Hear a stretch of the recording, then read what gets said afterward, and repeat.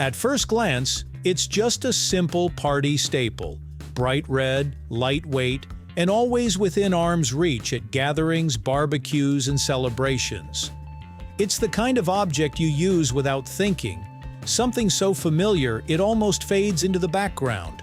But if you slow down for a second, there's a small detail that starts to stand out. Those ridges around the cup aren't random. So why are they there? Are they really meant to measure drinks like so many people believe? Or is there a deeper reason behind that design choice? They look deliberate, almost like they serve a purpose beyond just decoration. Today, we're taking a closer look at one of the most overlooked everyday objects and uncovering the real reason behind those ridges, right here, on History of Simple Things.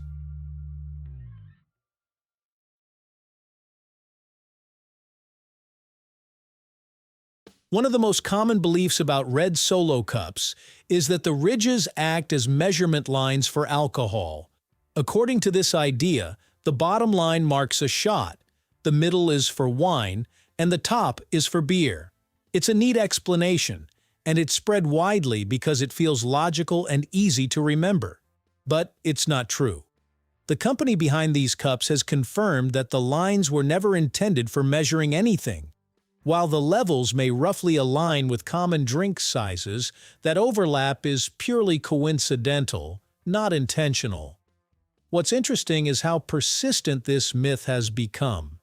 People continue to use the ridges that way, even though they weren't designed for it.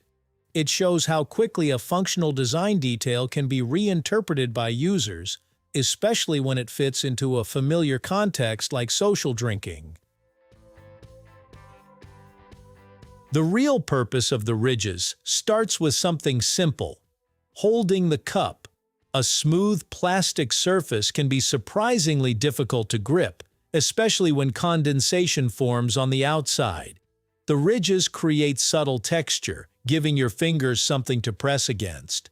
This reduces slipping and makes the cup easier to handle, even when it's full or slightly squeezed. Without those ridges, the cup would feel more unstable in your hand, especially since the plastic is thin and flexible.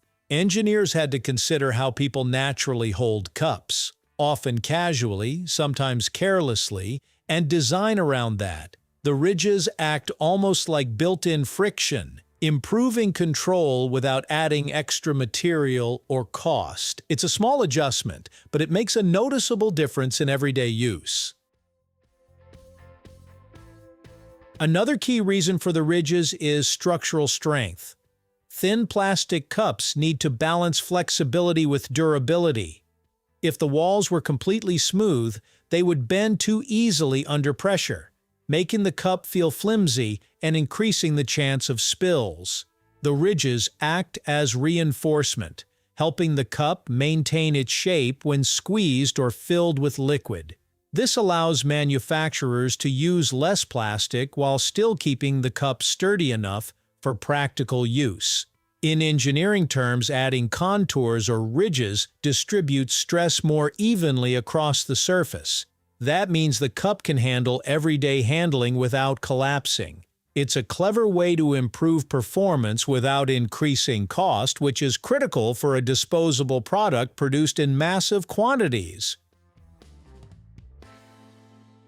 If you've ever grabbed a stack of these cups, you've probably noticed how easily they separate. That's not accidental. The ridges play a role in preventing the cups from sticking together when stacked. Smooth plastic surfaces can create a slight vacuum or friction when pressed together, making them difficult to pull apart. The ridges introduce tiny gaps between stacked cups, allowing air to flow and reducing that sticking effect. This makes it faster and easier to grab a single cup from a stack, which is especially important in high-use situations like parties or large gatherings. The design ensures efficiency not just for the person using the cup, but also for manufacturing, packaging, and distribution. The ridges also contribute to overall stability. When you hold a cup, especially one filled near the top, even small movements can cause the liquid inside to shift. A more rigid structure helps minimize that movement. By reinforcing the sides, the ridges reduce how much the cup flexes, which in turn helps prevent accidental spills. Combined with other design features like the slightly tapered shape and reinforced base, the ridges are part of a system that keeps the cup balanced and reliable. Even though it's a disposable item, it's designed to perform consistently in unpredictable situations, whether you're standing, walking, or setting it down on uneven surfaces. The ridges weren't added randomly. They're the result of gradual design improvements over decades. The red Solo Cup as we know it emerged in the 1970s, and every detail was intentionally developed to improve usability.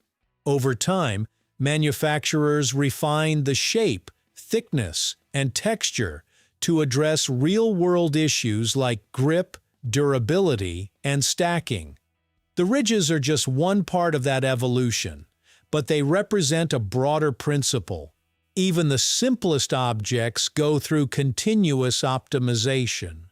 What looks like a basic plastic cup is actually the product of repeated testing and adjustment, shaped by how people use it in everyday life. The ridges on a red Solo Cup aren't there to measure drinks, even though that's how many people use them. They exist because of practical design choices, improving grip, adding strength, making stacking easier, and helping prevent spills.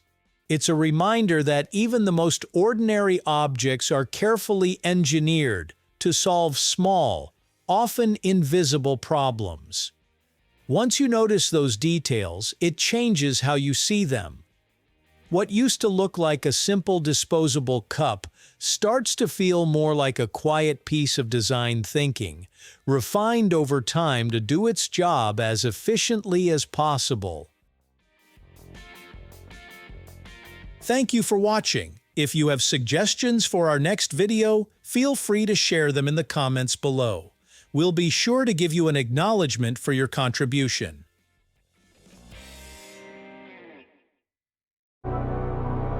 Thank you for joining us on this journey through the history of simple things. Don't forget to like, subscribe, and stay tuned for more stories woven through the smallest details.